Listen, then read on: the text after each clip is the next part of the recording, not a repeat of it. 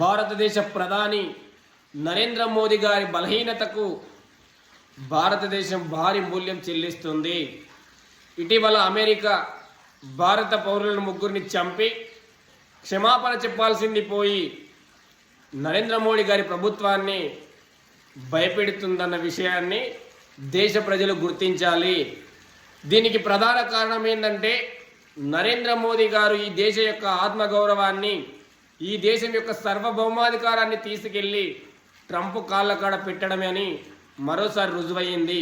ఎందుకంటున్నాను ఈ విషయం అంటే, గతంలో ఇండో అమెరికన్ ట్రేడ్ చట్టాలు తీసుకొచ్చి దేశ సార్వభౌమాధికారాన్ని తీసుకెళ్లి ట్రంప్ కాళ్ళ కాడ పెట్టే ప్రయత్నం నరేంద్ర మోడీ గారు చేశారు.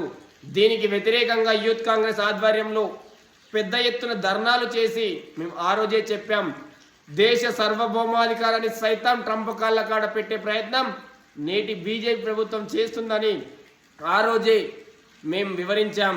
మేము చెప్పినట్టే ఈరోజు దేశ సార్వభౌమాధికారాన్ని సైతం ట్రంప్ యొక్క చేతులలో బందీ అయ్యిందన్న విషయాన్ని మరోసారి నేను మీ అందరి దృష్టికి తీసుకొస్తున్నాను.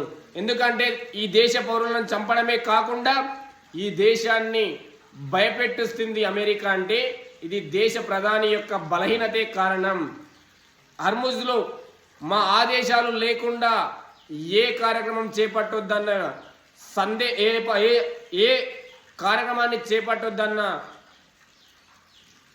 ఉద్దేశంతో ఒక ఆర్డర్ను పాస్ చేసినటువంటి అమెరికా విదేశాంగ శాఖ మంత్రి యొక్క విధానాన్ని చూస్తుంటే ఈ దేశ సార్వభౌమాధికారం నిజంగా ట్రంప్ యొక్క చేతులలో ఉందన్న విషయం మరోసారి దేశ ప్రజలందరికీ నేను గుర్తు చేస్తున్నాను.